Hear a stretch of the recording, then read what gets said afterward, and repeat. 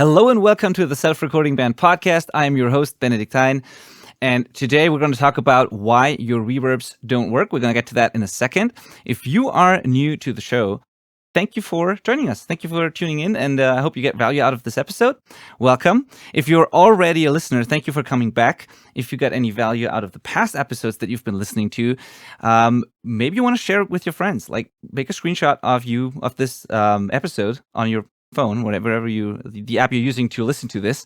Make a screenshot of that and share it in your Instagram stories. Share it with your friends. Share the podcast with your friends, and tag us in your post, because we love to see that stuff. And we might just share it too, and so you can get some eyeballs on your band or a project that you have. So we really appreciate that. Thank you for coming back. Thank you for being a listener. Now, if you are looking for a proven way to improve your recordings and mixes so you can finally release impressive sounding music consistently, then you know that if you've listened to the podcast before, you know that we always say that investing in yourself is always the best thing you can do with your money. Better than any plugin purchase could ever be.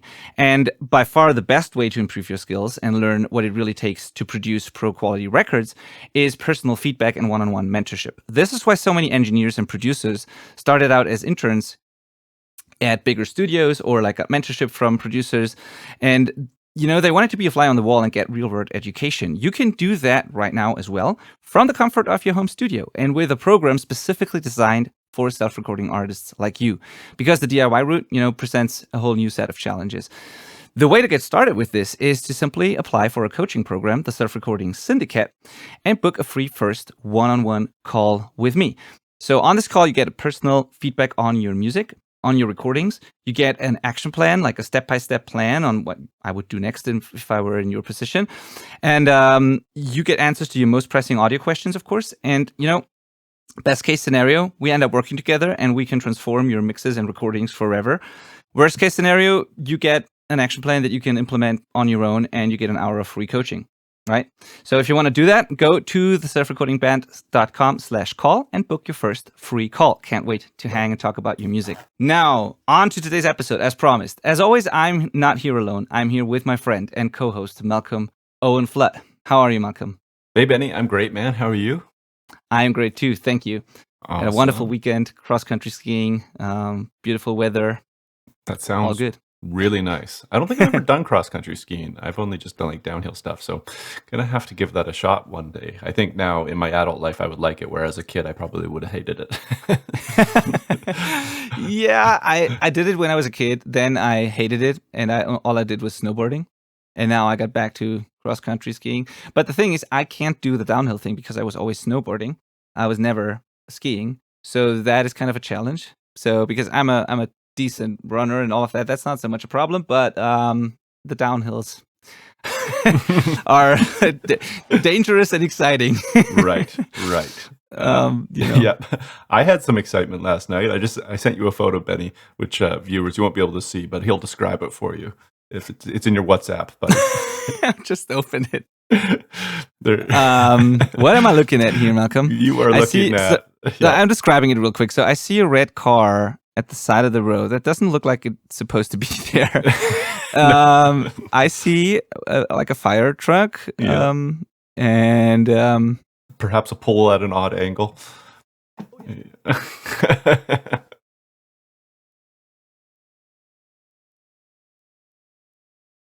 Yeah, we got like the slightest sprinkle of snow yesterday, and somebody just drove straight off the road into a telephone pole right by the house that I'm looking after. Oh, actually, if this sounds a little different to you, longtime listeners, it's because I'm looking after my brother's dogs. I'm over at his place while they're away, and so I'm not in my studio. So it sounds a little bit different, and it looks a little bit different if you're watching as well.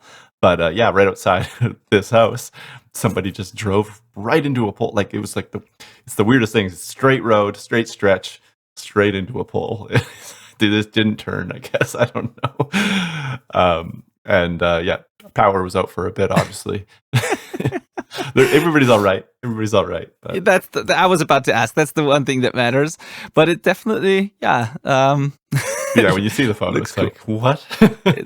But I don't even see snow. Like, there was like no snow. There was snow falling, but nothing was sticking.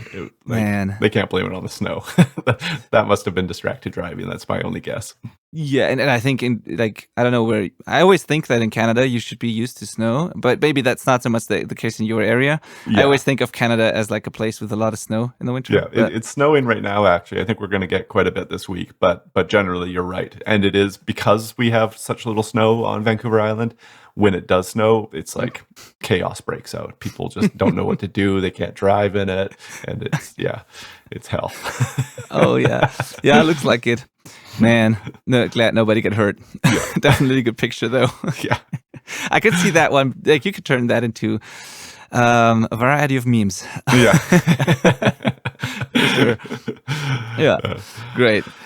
So yeah, you're what is it called? Dog sitting or house sitting? Both. Probably. Both. Yeah, both. Yeah. Yeah.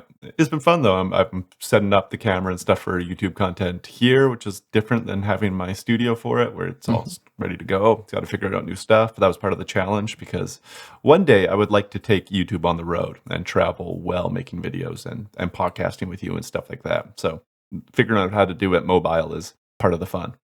Yeah, totally. And I mean, just bringing a couple of lights and your new camera that looks awesome and stuff, you can turn almost any room into something usable. Totally. Good. Yeah, it's amazing. Audio is, I think that's the hardest thing to figure out on the road. But, close, large diaphragm mic, it's always going to work. Yeah, absolutely. Yeah, cool. All right, so let's talk about, as I said, why your reverbs don't work. And what we mean with that is that I oftentimes, and I think it's the same for you probably, Malcolm, when we listen to people's mixes or when we mix songs ourselves, sometimes it's a good idea that there's reverb in there, but how it's being used or how it is in there, like how it's treated or not treated, is a problem because reverb can, as beautiful as it can sound, it can completely ruin your mix or get in the way of more important elements of your mix if you don't treat it correctly or if you're not able to make it fit into the mix well, I think. And so oftentimes when I listen to people's mixes that I get for when they ask me for feedback, the idea itself is good, as I said, but there are things about the reverb that are really problematic, and that comes from not treating the reverb as its own sort of element in the mix and making it fit in the mix together with everything else. And so a lot of people just use a preset or they choose a type of reverb, put a certain amount of it in the mix, and then that's it.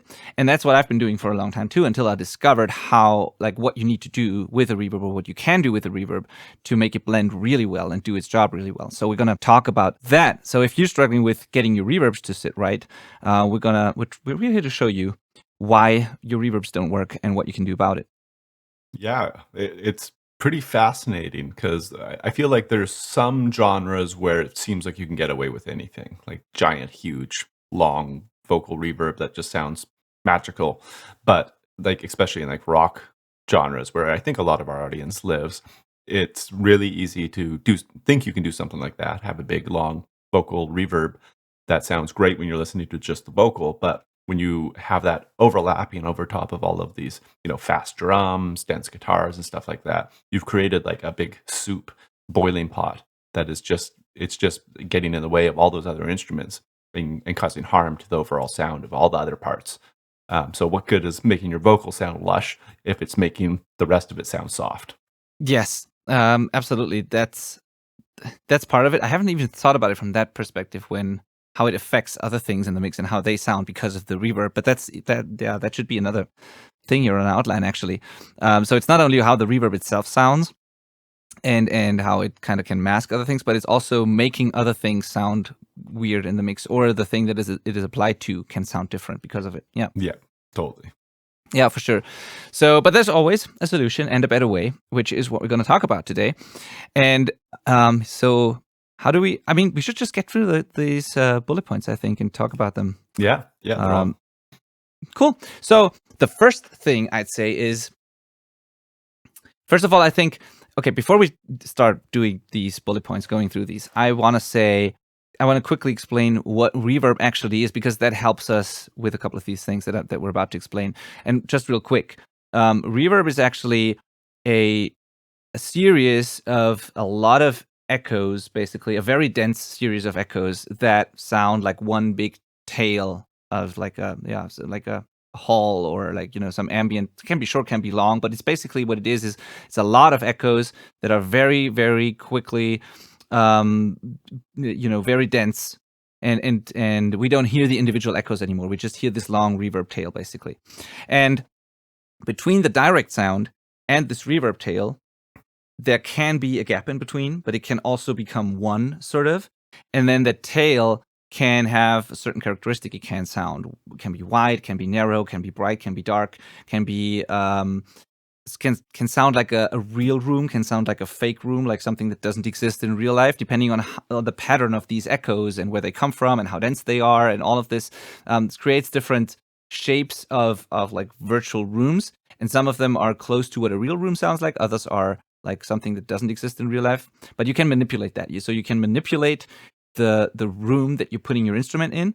You can attach the room sound to the direct sound. You can detach it. You can sort of uncouple it, and you can manipulate the two things individually, basically. We're going to talk about some ways to do that and why that all matters. So it all starts, I think, with the question, do you put the reverb directly on the track as an insert, or do you use a send-return configuration? Because some of the things we're going to explain are only possible in a send-return configuration, really. Yeah. And other stuff, with other things, it doesn't matter as much.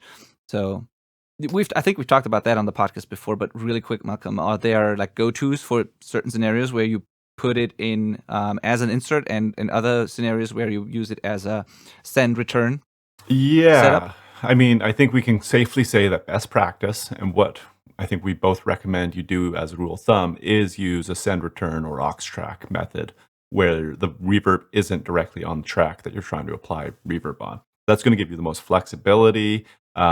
It's if you just get smart, build some templates, and have it just living in your session already, it doesn't take up that much time, so it's not like it's a huge hassle to get it done either. That is the way to go. Do I sometimes break that rule and throw it on an individual track? Yeah, that does happen, of course, and that's okay if you don't need that extra flexibility, or if you are intentionally running it into something. So I'm going down a rabbit hole here, Benny, so stop me at any time. But yeah, one example being throwing like a spring reverb sounding plugin on a guitar DI that's going into an amp sim is a pretty weird sound. That's like running a reverb pedal in front of the amp, which is something you can do. And the only way to do that is inserting it before the amp, which is an amp sim plugin in this case. So there's, of course, exceptions to every rule, but as a rule of thumb, the send and return aux track method is totally the way that I would recommend it. Yeah, absolutely. Perfect summary there. If you can treat it if you think of it as like a guitar pedal, it's part of the chain, part of the source, and then it's good in an insert. But in all other cases, I would recommend using it as a send return thing. Now, what the send return thing actually is, real quick, is you have your track with the source that you want to apply reverb to, and then you have another track, which is usually, DAWs call it differently, but it's usually called either an effects track or an aux track. I don't know if there's a return on an analog desk. It would be the send knob on the channel, and then the return channel somewhere else on the desk. And what it does is, like, from the source channel, you send a certain amount of that same thing that's on this channel. You send that out somewhere, and then you route that output into the input of a different channel. So it's like a second fader that doesn't send the volume to the master, but it sends the volume to somewhere else, and it arrives at some other channel. And on that other channel, there is your reverb. And then you set the reverb there, the plugin there, you set that to 100% wet, so you hear only the reverb. And then when you turn up that fader, you can you start to hear the reverb, and then you can balance the two faders against each other. So you have your dry track on your source track, and then you have a second channel with only the reverb, and you can balance these two.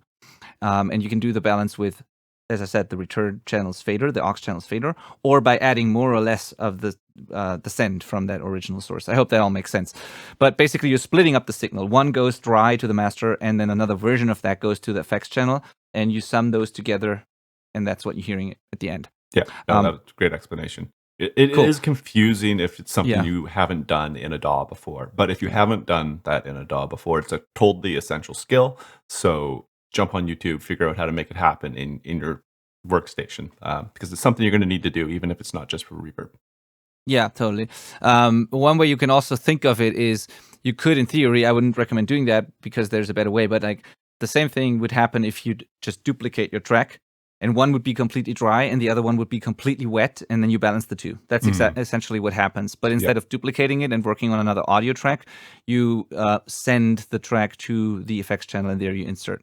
Kind of a train of thought here, but I'm wondering if that is becoming harder for new people coming into audio to grasp, because I think anybody my age or older has experience with auxes and sends because their PA systems and like the gear we would have used growing up and jamming had all of those as actual knobs to turn and make happen. You know, if you wanted reverb on your vocal at a rehearsal space, your PA system had to have an aux reverb send.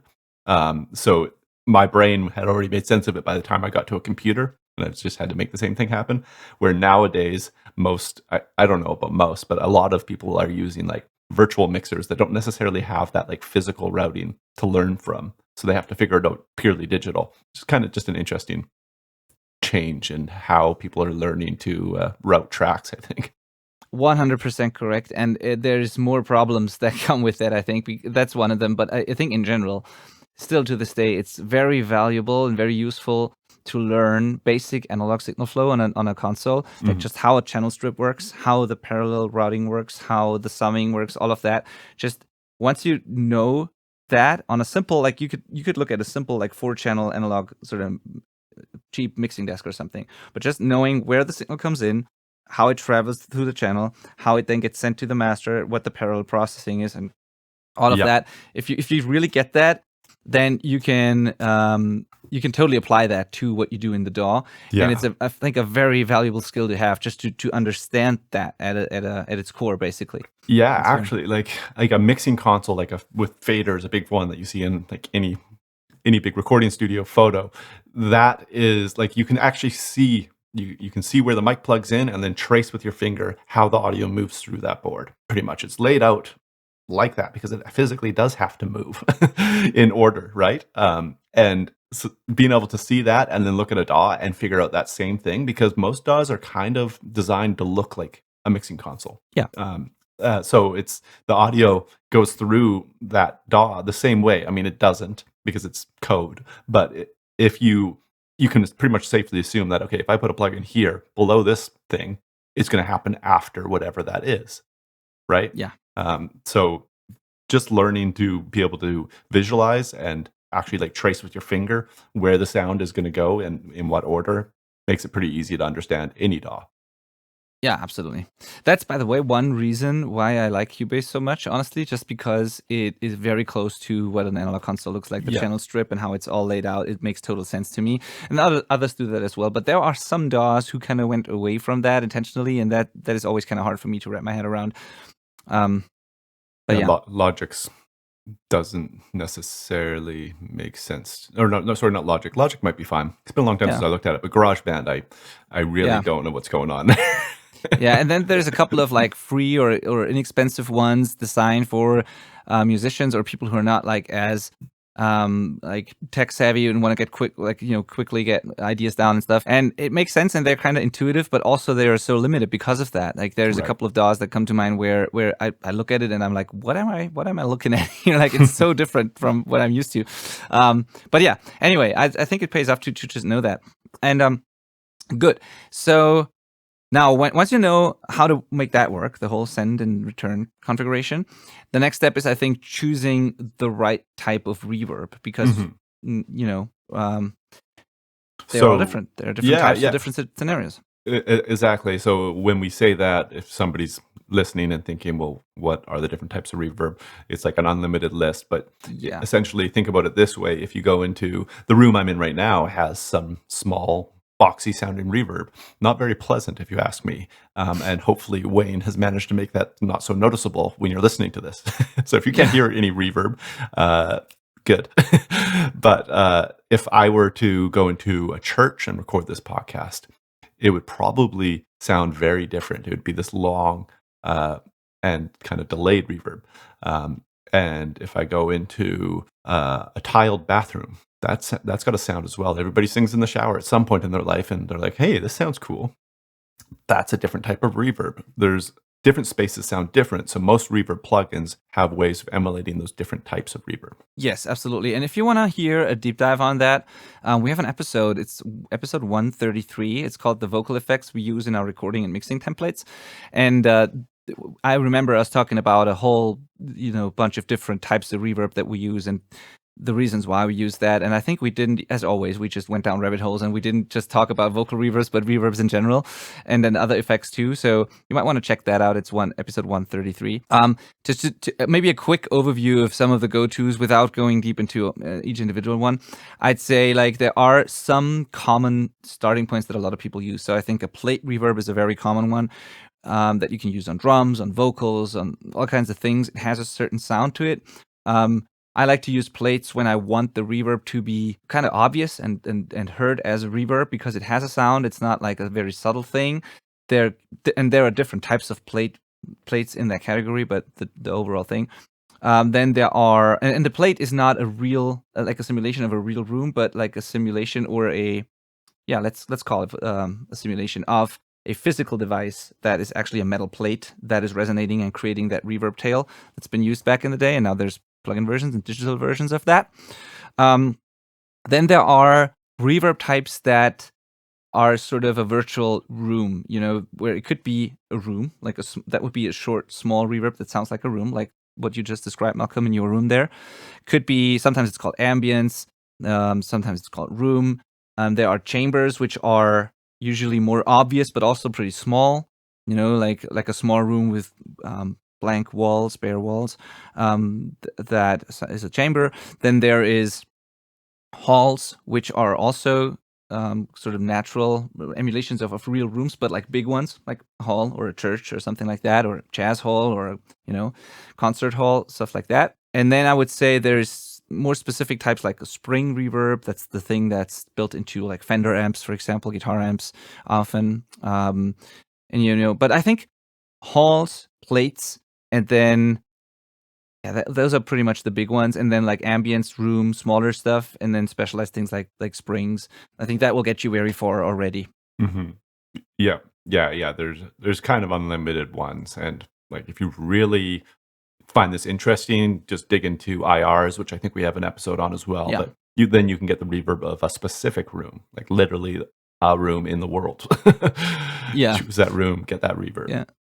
I'm not even sure that we have an episode on IRs. But we might. We've definitely talked about it before. So yeah, if you go to the selfrecordingband.com/podcast, you find the whole podcast archive, including the show notes.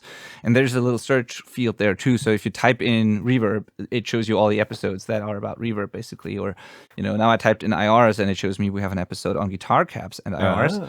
Okay. And yeah, just use that search function. Like we have 150 episodes now at this point. So okay, episode incoming about reverb IRs. Then we should have that. Yeah, we should have that. I think so. Yeah, for sure.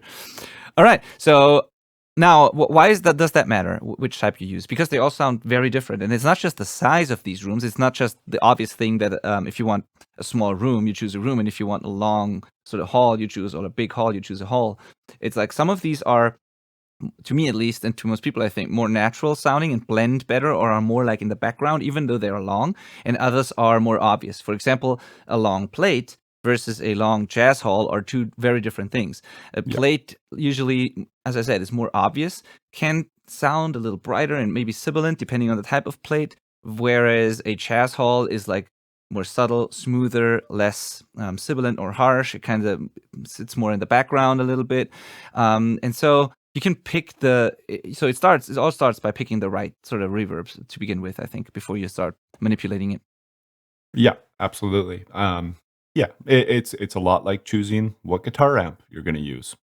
They're going to sound different. And while you can get a distorted tone out of a Fender or a Mesa, they're pretty different sounding. I think we would all agree.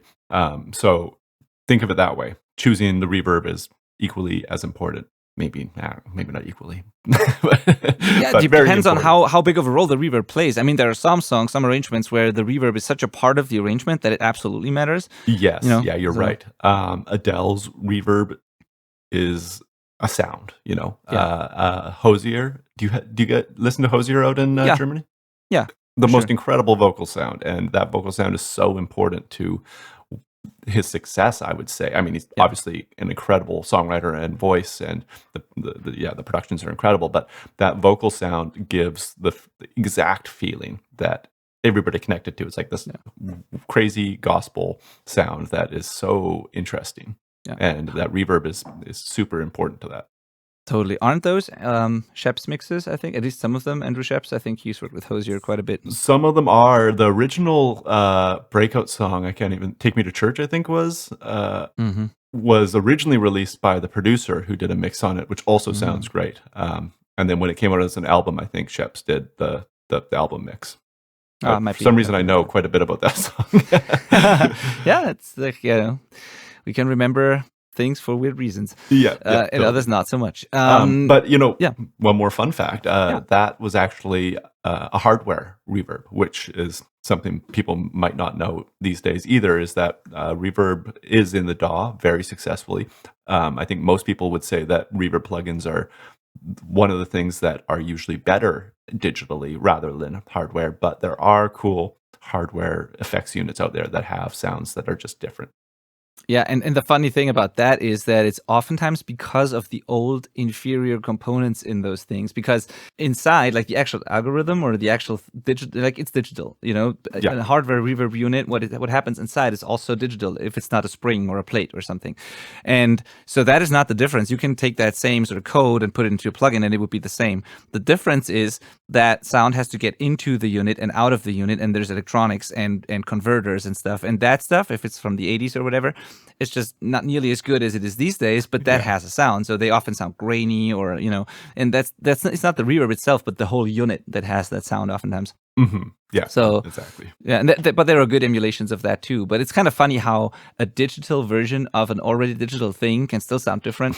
Yeah. So yeah. Anyway, but yeah, you're totally right. There are some things that are cool to play with. So okay.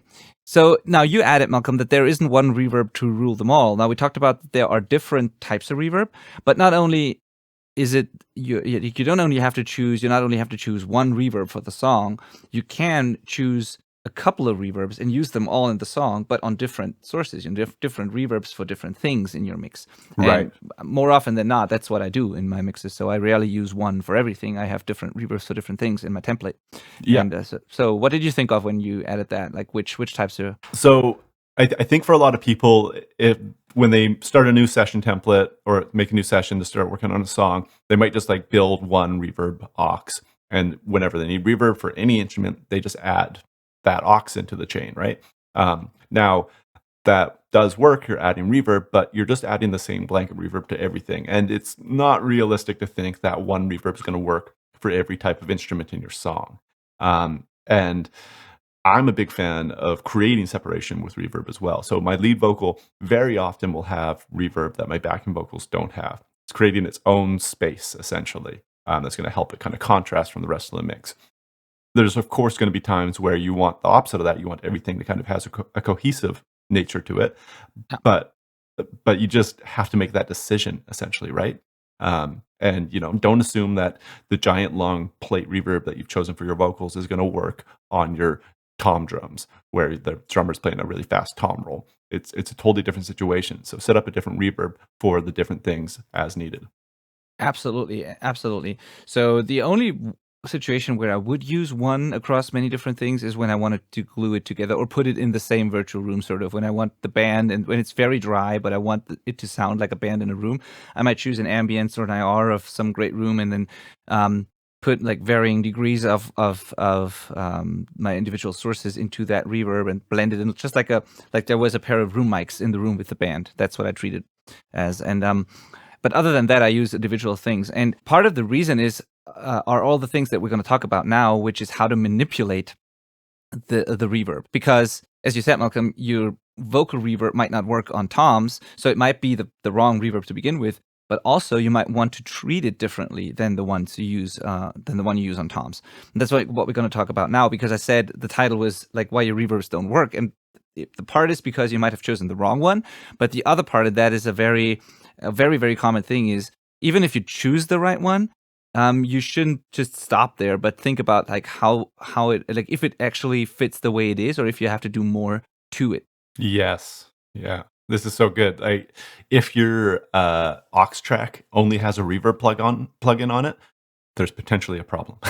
Yeah, That's a hint that yeah. some skips have been, sorry, Some skips have been stepped. yeah, your skips have been stepped, and wow, it's too early for me apparently, everyone. But that's a clue that essentially there's more work to be done, and getting the reverb plugin on that channel is the first step. Of course, that's gonna give you reverb, but if you want it to fit into your song and sound professional, there's more to be done. Yes, 100%.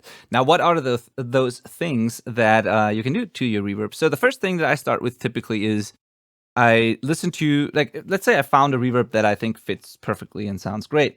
The first thing I look at is the length of it, because almost always that has to be slightly adjusted to the song, to the tempo of the song, and to like what I want it to sound like. So it might be a perfect like long plate that sounds beautiful, but it might be a touch too long. And if it's a drum reverb, for example, then it becomes very obvious where I usually don't want my snare plate reverb to sort of bleed into the next snare hit, so it has to die off shortly before the next hit, or can even be gated like an 80s drum thing, or but I definitely want to manipulate the length of it. So I grab the decay knob, length, or whatever it's called in your plugin, and I just adjust the length of the tail until I think it fits the song. So that's the first thing. And more often, like very often, I hear reverbs that are just a touch too long, and therefore everything gets muddy, or it's like the other thing can be true too, where I wish it would just be a tiny bit longer, and therefore it would be more cohesive, or but just adjust that. I think that's the first thing. Yeah, and easier said than done, because if you solo it, I think you're bound to make it a little too long. But if you listen in the mix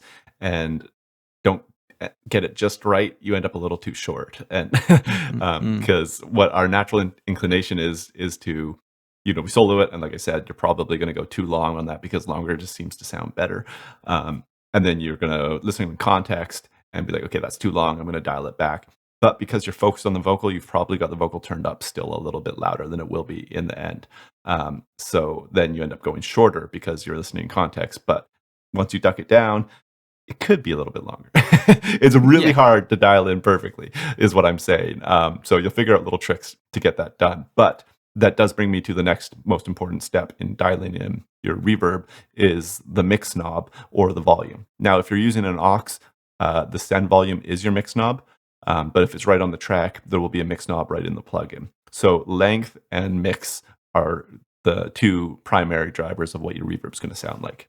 Oh yeah, totally right. Forgot the mix knob here in the outline. Yeah, and some presets, the default is like mix set to 50/50 or something. Or and if you have it on a send return configuration, you want to make sure that it's turned to 100% wet. Yeah. And if you know you're only going to use it that way anyways, I would change the default preset to do that. Yes. Just so you don't forget. Absolutely. Yeah. Okay, cool. Now, length decay, we talked about that. The next one is interesting too, pre-delay. Now, when I tried to explain what reverb is, I mentioned that there can be a gap between the direct sound and the reverb tail. And that is the pre-delay.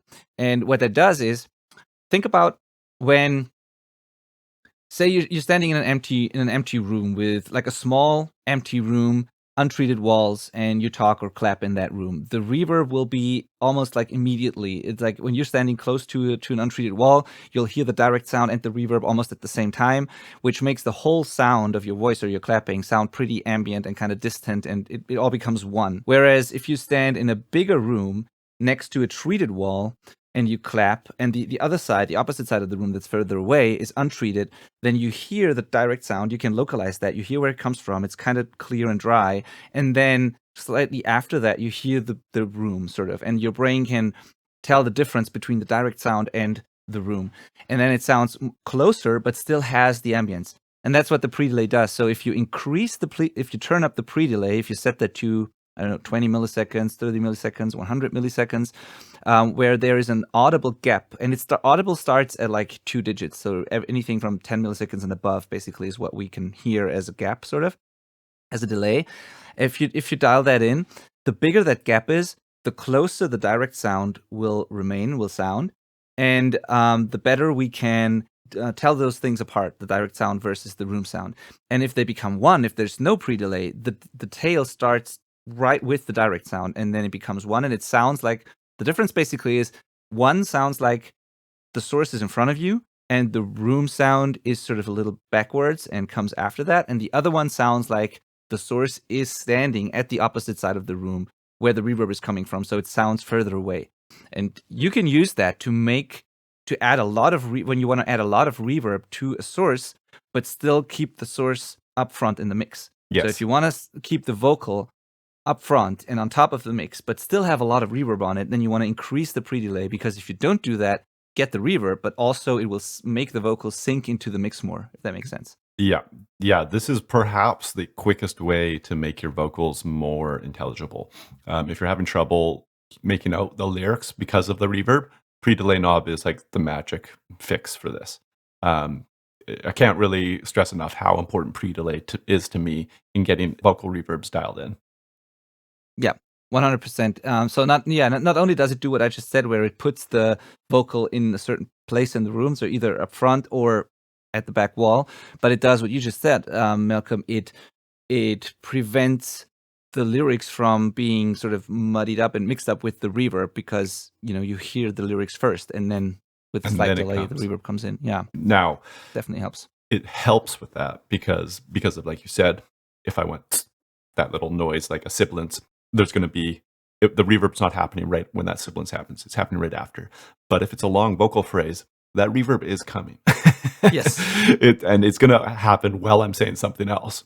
So it's not like it magically is just going to skip all of the singing and there won't be reverb while somebody's singing. But our brain can make that space work, and it does help us understand what's being said. Now, for making it so that the reverb is more out of the way, even while we're saying other words after that initial noise, that's coming later in this episode, so keep listening. Yeah, you're totally right. Yeah, absolutely. There's a way to deal with that too, for sure. And Adele comes to mind here too. There's a song where they use that beautifully, but we'll get to that. So yeah, okay. So the next one I think is, you just said it, Malcolm. There's the sibilance. That is often a problem with vocals, or like with vocal reverbs, and other sources too sometimes. So the timing is part of it, but also you don't have to leave your reverbs like they are. You can EQ them, you can manipulate them, and you can treat them just like you would treat the vocals themselves. Like if the vocal is too sibilant, you would either reach for a de-esser or an EQ. You would make it smoother. You would get rid of the sibilance, and you should do the same thing with the reverb, because it might be that your vocal sounds totally fine, the dry vocal, but the reverb is still too sibilant. Yes. And then it could clash with the vocal. It could get in the way of the vocal. It could be it could be all sorts of problems. So it makes absolute sense, and it's completely normal to EQ your reverb and not just the dry sound. In fact, I think it's in most cases it's necessary, and not just the sibilance, but EQing in general. So are there some go-tos, some things you generally do to, let's say, vocal reverbs or drum reverbs? Yep, absolutely. So for a vocal, I'm definitely going to be de-essing it. It's not uncommon. I don't know if I've ever publicly admitted this, but I will have a de-esser sitting on my reverb channel turned all the way up, like lispy, like as much de-essing as is humanly possible inside of that plugin. It is often my go-to for my delays and my reverbs, because I don't need S's in my reverb that's happening on the main track on the dry vocal. And to me, it sounds totally normal. My brain hears the one S instead of multiple S's coming from different places, because when you send into a reverb, that S is going to become very stereo as well, worth mentioning. So I pretty much use EQ or a de-esser to eliminate all consonants. Yeah. Yes. Yeah, I know what you mean. You know what I mean. And like for me, I've never thought, oh, I took out too much from my reverb. It just doesn't need to live there, in my opinion. But other things I might do is carve out low end. Low end, I find, can, like, muddy is the word that's going to come to mind against other instruments, so I can take that out sometimes. Or the opposite. A lot of reverbs have really sparkly top end to make them sound like shimmery.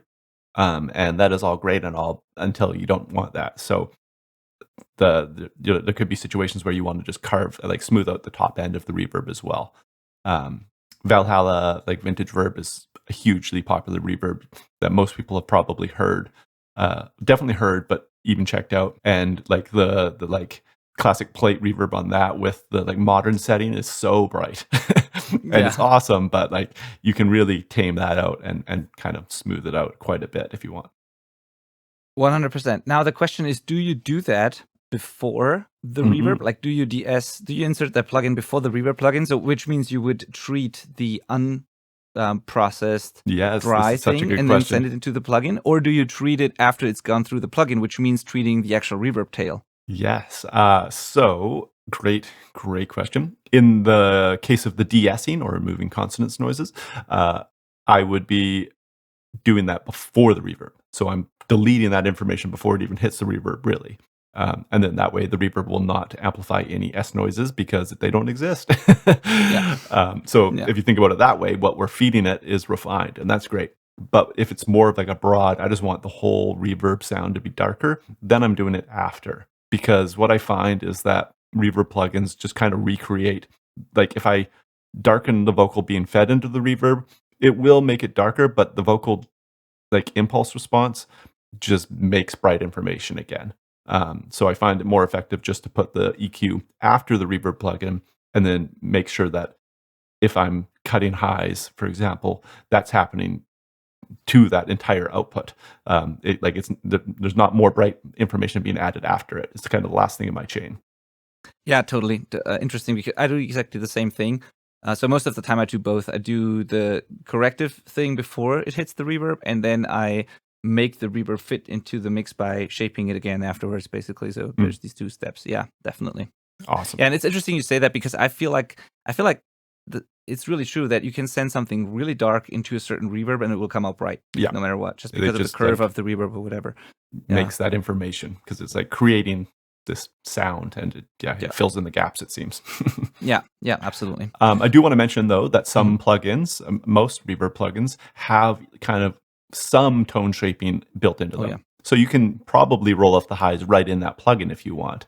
I like using like FabFilter Pro Q is both Benny and I's favorite plugin, I think. A utilitarian plugin anyways. And just because I can see like the curve of what's happening. And I find that's kind of nice for this situation where you're trying to just like take out the top end, for example. You can kind of see how much is actually happening there. Yeah, absolutely. And it might not be, it's like on some plugins, it's pretty obvious because you have sort of an EQ there where it says lows, mids, and highs or whatever. But sometimes it's called something like damp or so, or where you can like tame the top, which just is another way of saying you tame the top end. So there's often the parameter like this.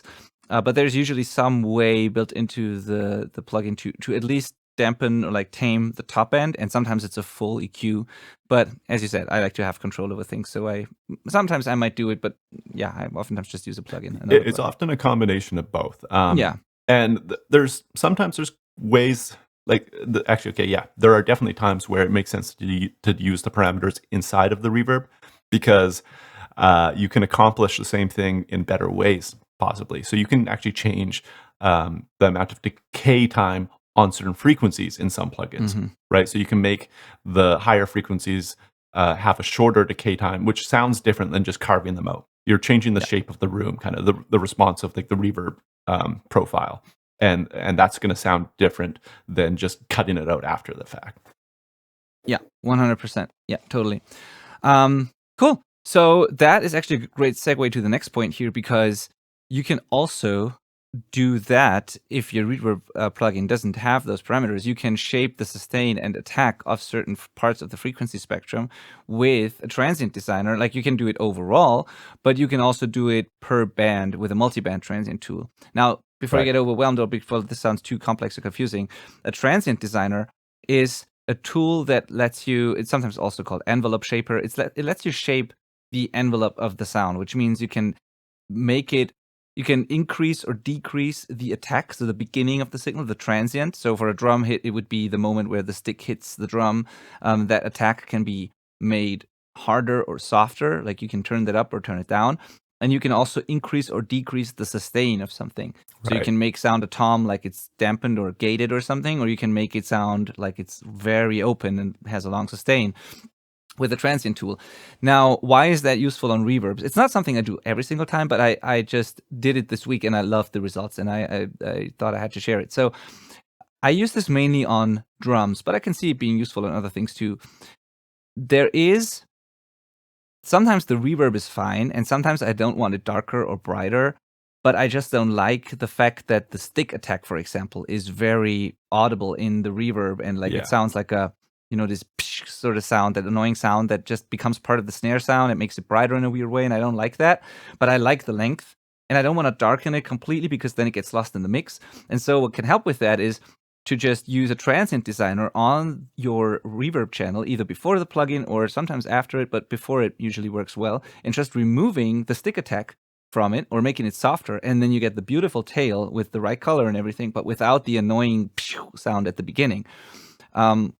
So I use that a lot to get rid of the attack on my snare plate reverb, for example, to just make that blend better. And so I get the full sound, the uncolored, unchanged sound of my snare drum close mic with the tail that I want without the weird attack getting in the way, which can also sometimes sound like a slap or something. So that you can, that solves that problem too.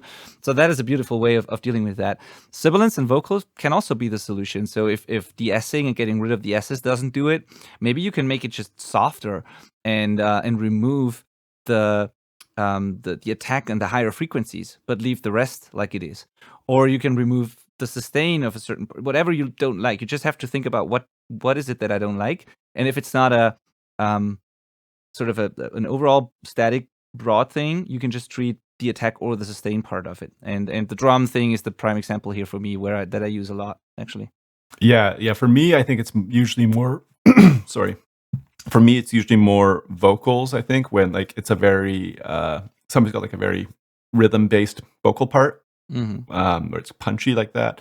I don't always want the reverb to match that. I find it like distracting. So taming the transient of the vocal reverb to be kind of smoother, and doing other things like using that de-esser method I talked about earlier, and more that we're going to talk about soon, to get the reverb out of the way of the vocal. I'm just kind of using all the tricks at my disposal for that situation. Yeah, totally. And it's also one of these things where I guess there's probably a lot of mixers out there who have never used a transient designer on a reverb, but then again, it just works for me. So you might just want to try it and figure out if it works for you. And it might also be a personal thing that I don't.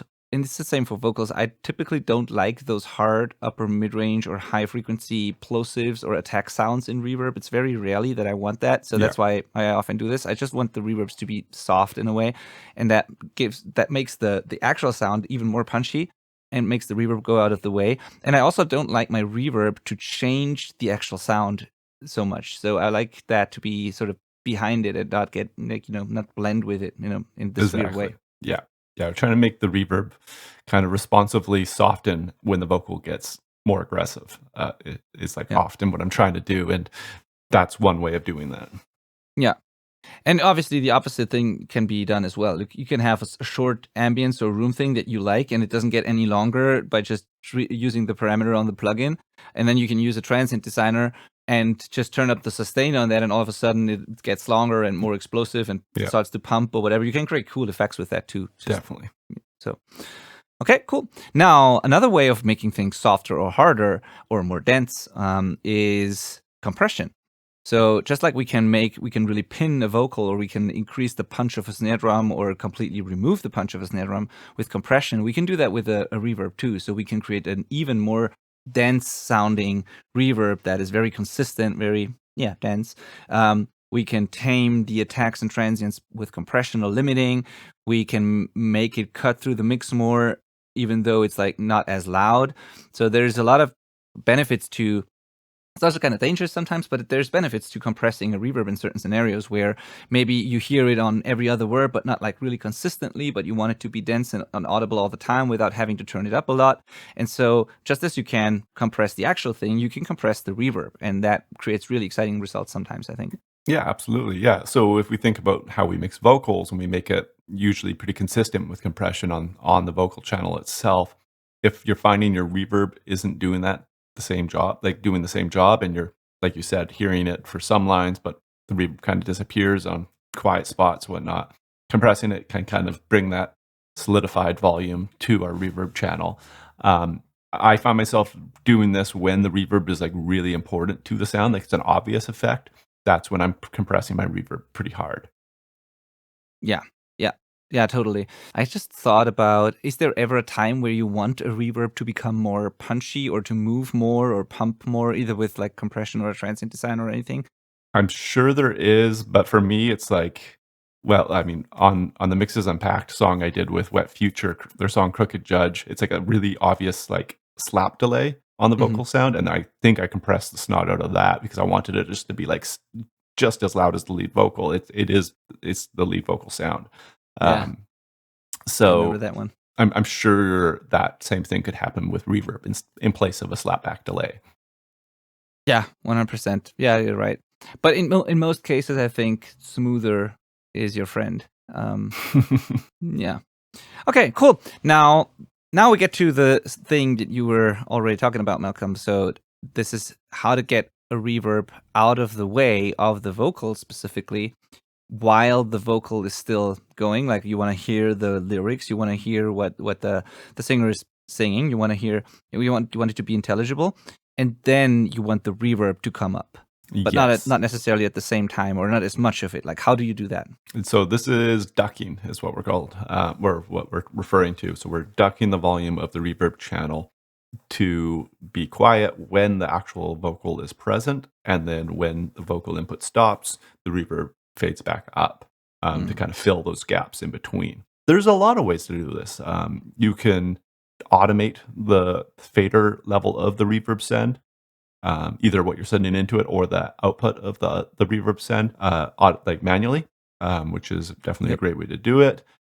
You can set a side chain from your actual vocal channel. I'm using vocal as an example here, everyone, but of course this could be applied to drums, whatever, anything. But vocals is what my brain thinks about when I think about reverb. So yeah, you could send a sidechain output, which is going to send that vocal sound to another aux essentially, and then have a plugin listening to that. That'll like a compressor, for example, that'll compress based on that input, and essentially we can set that up so that's ducking the loud stuff happening there, essentially getting it more out of the way.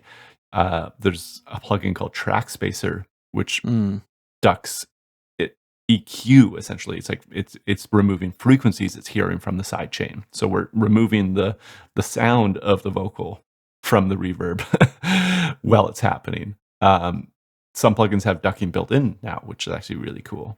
What's your primary use case, Denny, for ducking? I only do one thing actually. I mean, all of those things you said are, I can see all of those work. And Track Spacer, yeah, I've tried it, and I kind of liked it. I don't know why I didn't end up using it a lot. But it's absolutely a very helpful, fantastic plugin. But the one thing that I really do is just I put a compressor on the reverb return, send the dry signal not only to the reverb channel but into the sidechain of that compressor, and duck the reverb while the vocals are going. And I only duck a certain amount, so the reverb is still there but quieter.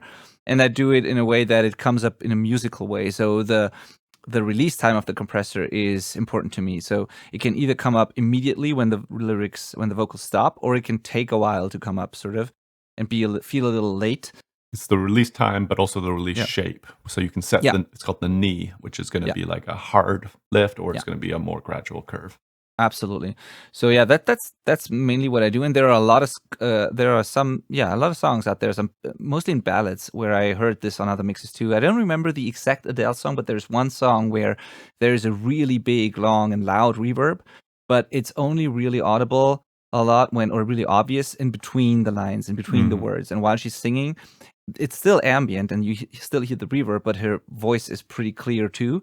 And then as soon as she stops, the reverb comes up, but it's done so well that you don't really notice it until you intentionally pay attention to it. So it sounds like a very audible, obvious reverb, but it's actually moving all the time. It's ducking when she sings, and then it comes up again, and then it's ducking again. Yeah. And it's actually, the way it sounds to me is, I think it's not even a reverb, it's like a a delay being fed into a reverb, and that has been ducked. And then when Right. it stops, the ambient delay sort of comes up, and very cool stuff. So whenever I want a lot of reverb, but if I add the amount that I want, it gets too muddy and I can't hear the vocals, the lyrics clearly anymore, I'll use that ducking sort of thing. And it sounds kind of weird thinking that you send the source to the reverb track and then also send the same thing again to a plugin on that reverb track. But that's what you essentially do. You add a compressor, and into the sidechain you feed the same thing, and that just tells the compressor that turn down the reverb when the vocals are present, and then when they stop the compression and let the reverb come up. Yeah, go back to your native volume. This brings up something that isn't on our list, but another secret to making your reverbs work and sound fantastic and professional is automation of any parameter inside of that plugin. Actually, any parameter inside of any plugin on that entire aux track, or even the send that you're using to feed the aux track. You can automate anything. It's really what it comes down to, which is incredible when you think about it. So not only could you have it get quiet while the vocals are present and then come back up in the gaps to let this reverb kind of fade in, you could also automate the length of that reverb. I think I just said delay. Sorry, I meant reverb. You could, automate the length of that reverb. You could automate the mix if you've got it right on the track, so that the reverb takes over the lead vocal. You can really change anything. You can automate the type of reverb, and use it as like a specific effect that is very noticeable in just one spot of the song. There's no limit here, but don't miss that opportunity, especially playing with the length. You could have a shorter delay. I keep saying delay. You could have a shorter reverb in the verse, and then maybe a longer, more epic reverb in the chorus, for example. And you can just do that really easily with automation. Yeah, 100%. I just think about whether it would be better to automate it or to add a second return channel, and then just duplicating it or whatever, and then just use a different setting for different parts, basically. Yeah. Both could work. Yeah, totally. Yeah, and even just riding the volume, obviously. I mean, you can bring up certain tails and leave the rest quiet, and you can, these types of things. Yeah, for sure. Automation should have been on the list here. You're definitely right. Now, okay, there's ducking and getting the reverb out of the way. Now, what if reverb wasn't the best choice to begin with? Because that could be the case. Sometimes you think you want reverb, but it's actually not the right choice. I think there's a journey that every audio engineer goes on, and it starts with reverb and it ends with delay. yes, absolutely. And for guitarists, it starts with a metal zone, it ends on a tube screamer. That's also so true. Yeah, you're right. I could just keep going with these. It starts with bass players, it starts with your fingers, ends with a pick. So somebody's gonna be pissed off of that. Delays are better. No, I don't want to say that. I know what you mean, though. They're totally different. And often, I think when you hear a song, you think that's a cool reverb sound, but it might just be a well-crafted delay. Because the reality is, delays are very long, and often that is way too much to fit into a mix. Where a delay or an echo is momentary, and that is usually going to be a cleaner result. Yeah, it's this thing where I said reverb is sort of a series of very quick echoes that are like, it's actually a delay. It's actually the same thing. It's just super quick, and a lot of echoes, a lot of delays, throws like together create this reverb tail. And if you just use a delay, then it can have the effect of a reverb, but it's less dense. There's less reflections, less echoes, which means more space in your mix. So you can get the same sense of depth without that very dense tail that covers up everything. So yeah, totally right. Yeah, and I'm just being facetious. The word I don't know how to say, but like I'm just joking. Reverb's amazing, and it is a different tool. But try and get really good with delay so that you can make it sound like a reverb. That's a different tool, and I find it to be very effective. And I know a lot of other professionals that do as well. So don't just assume everything's reverb. It could be delay as well. Yeah, totally. And I think if you're struggling to like imagine now how a delay could sound like a reverb. If you think guitar pedal delays, some of these that are very, very famous and that you might be familiar with, they actually don't sound like hard like echoes. They sound like a reverb tail almost. Like you hear the depending on the setting, but there's some delay pedals and some sounds that you can do with these that sound sound like they have a tail, that sound very ambient, and so that might be something you might be familiar with, where a delay doesn't have to be a very dry sounding series of like individual echoes. It can have a tail, it can sound ambient, it can sound dreamy, but still leave more space for the rest. Yeah. Now, pro tip, everything we suggested to do to your reverbs in this episode is also what we suggest you try on your delays. Getting control of the transients, how long it is, and making sure that it doesn't mess with the other instruments because it's sustaining too long. The ducking of it. Actually, I duck my delays probably more than I duck my reverbs to get them out of the way while the vocals are actually happening, and then they kind of fade back up when the vocals are absent to fill those holes. Messing with how like the vocal it sounds, right? A digital delay can sound like a carbon copy, so it's like the exact same sound you just heard of the lead vocal being repeated, but you can mess with that to make it almost sound more like reverb, where it's like you can't make out the lyrics, you can just tell that it is an echo, make it really dark and murky, saturated. Like all of these things that we just talked about apply to delay as well. 100%. Yes, good point.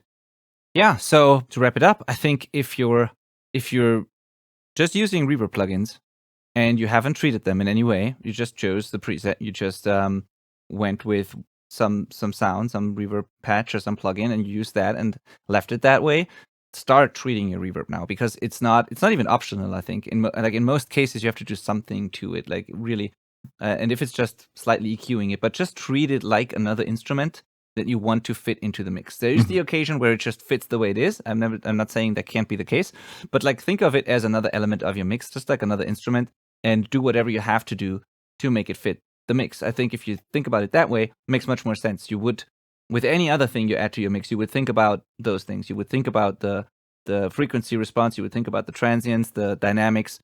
Just do the same thing with your reverb returns and delay returns, and you'll be fine. Yeah. One more pro tip I want to add here. You're going to figure out what types of reverbs work well with your voice or your singer's voice if you're not the singer in your band.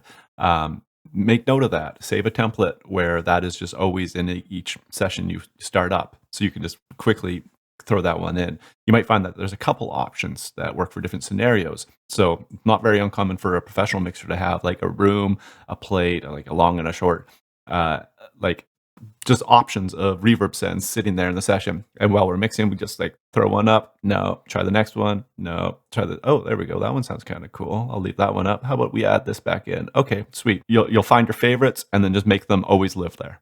And then you can just quickly audition them, is really what that boils down to. But that brought up one more idea, is that you can have more than one. It doesn't have to be one reverb or one delay. You can mix and match and have a combination of both.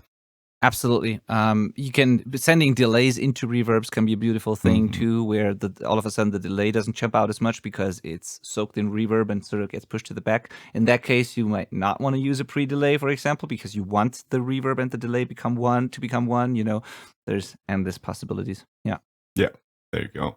Yeah. Experiment with all these things. Create your go-tos, your templates, your presets, your own chains that you like. It's a very creative thing. It's like it's effects. There is no rules. Just experiment and see what fits your style. But if you're wondering why it hasn't worked so far, it might be because you haven't treated the reverb like its own instrument, basically, its own element of the mix. Totally. I think this is going to be actually really helpful for making like your rough mixes while you're tracking a song sound more like you actually want them to, because reverbs sound very different from each other, and some stock reverbs are just terrible. I think I just can't figure out what they were going for. And it's not that they're terrible; it's just that their default settings are terrible. I think you can mangle any reverb into shape with either the parameters inside of the plugin or some additional processing with other plugins in that aux chain. But don't just assume that when you click reverb and open up the default channel that it's going to be what you're looking for. Yeah, Totally. I actually think that before you go and buy plugins now, I actually think that reverbs are one of those plugins that work really well with the stock plugins, to be honest, if you know how to manipulate and treat them. Mhm. Yeah. Might you need some work. But I think at least the ones I've used, I remember the Logic one being pretty decent. I like the Cubase ones. As you said, the presets not always the best, but it gives you all the options you need to manipulate them to make them whatever you want. I remember Deverb. I think it's Deverb, right? The Pro Tools From one. Pro Tools, yeah. I think it's actually pretty decent. It's fantastic. Yeah, there's weird things you have to do to know about it. Like it starts with the gain turned down a bunch, so you're just like, I can barely hear it. Yeah.